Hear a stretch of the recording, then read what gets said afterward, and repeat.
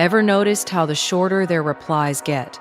The more you start thinking about them, one-word texts, late replies, just enough to keep the conversation alive, but never enough to feel secure, and somehow instead of losing interest, you get more hooked here, is the uncomfortable truth. Most people do not realize attraction does not grow from how much you say it. Grows from what you do not think about this. You send a long, thoughtful message explaining everything, adding details, trying to keep the conversation alive. You are being engaging, right? But then they reply with something like, haha, yeah, and suddenly your brain starts working overtime. Why so dry? Did I say too much? Are they losing interest? Now you are invested not because of what they gave you, but because of what they did not. This is where most people get it completely wrong. They think attraction comes from effort, attention, and constant communication, but in reality, attraction often grows in space, uncertainty, and emotional imbalance. Let me explain. Human psychology is wired to value what feels scarce. When someone sends long text, replies instantly, and explains everything, there is no mystery. Left no gaps, no tension, your brain has nothing to chase. But short replies create open loops. Your mind starts filling in the blanks. You reread their message, you analyze tone, you start wondering what they meant, and more importantly, how they feel. And just like that, you are emotionally invested in someone who barely said anything. This is the hidden power of brevity in communication. It is not about being cold or uninterested. It is about controlling the pacing of emotional exchange, because here is something most people never think about. The person who invests more emotionally often feels more attached. So when you are the one sending paragraphs and they are sending just enough to keep you there, you are slowly becoming the one who cares more. And that shift, that is where attraction starts to flip. But here is where it gets even more interesting, because short replies alone are not what create attraction. It is when, how, and why they are used that makes all the difference. And if you do not understand that, you might accidentally come off as boring, uninterested, or worse, forgettable. And in the next part, we are going to break down why your brain reacts so strongly to short replies, and how emotional pacing silently controls who gets attached in a conversation. Now think about what is actually happening inside your mind when you receive a short reply, because this is where things get really interesting. Your brain is constantly trying to predict outcomes and reduce uncertainty. It wants clarity. It wants signals. It wants to know where it stands. But when someone replies with something brief and slightly vague, they interrupt that process and create a small psychological tension. And your brain does not like unresolved tension. And your brain does not like unresolved tension. So what does it do? It starts searching for meaning. You reread the message, you analyze the timing, you think about their tone, even though there is barely anything there, and this is called an open loop. Your mind keeps returning to it because it has not been fully closed. And the more loops that stay open, the more mental space that person occupies. Now here is the key part. The emotional investment does not come from how much they give you. It comes from how much your mind works to understand them.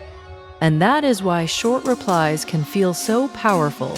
They force you to participate mentally in the conversation, instead of just receiving it passively. And there is another layer to this which most people completely miss, and that is emotional pacing. Every conversation has a rhythm, a flow of energy. Between two people, when one person gives too much too quickly, long texts, instant replies, constant availability, they speed up pacing and remove all tension. But when someone slows it down with shorter replies and slight delays, they create a push-pull dynamic where attention is not always guaranteed, and that unpredictability is what keeps the brain engaged. It is similar to how people get hooked on things that are inconsistent, because the reward is not constant. It feels earned and valuable, and this is also why over-explaining kills attraction. When you explain everything, you remove the need for the other person to think about you later. There is no Curiosity left no reason to revisit the conversation in their mind.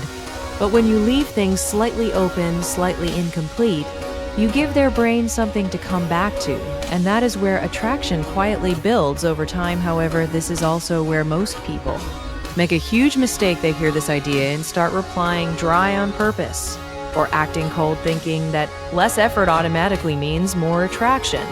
But that is not how it works at all, because if there is no emotional signal behind the brevity, then it just feels empty and people lose interest fast. So the real question is not, should you send short replies? The real question is, how do you use them in a way that creates curiosity without killing connection?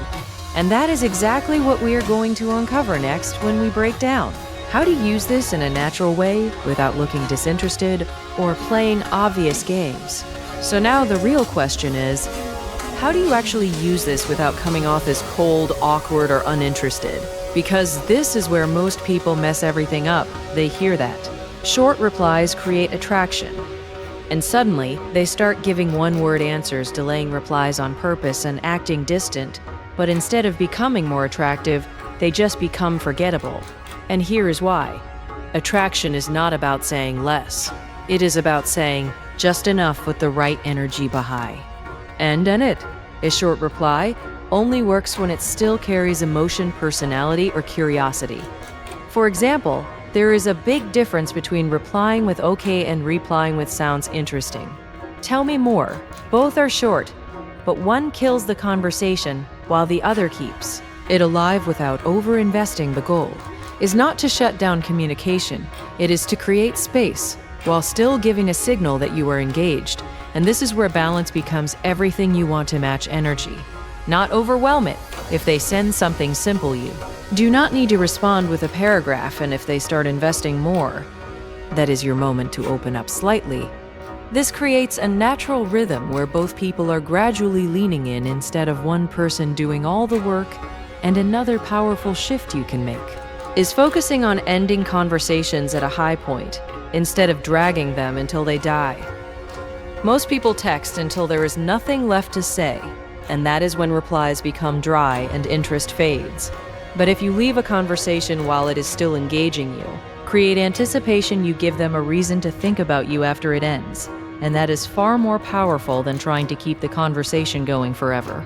And finally, understand this. You are not trying to manipulate anyone or play games. You are simply communicating in a way that respects your time, your energy, and your value, because when you stop over-explaining, stop over-texting, and start allowing space, you naturally become more intriguing, more balanced, and more attractive without forcing it. And that is the real power behind short replies. It is not about being less. It is about being intentional. And when you get this right, you will notice something subtle but powerful. People start thinking about you more, not because you said everything, but because you left just enough unsaid.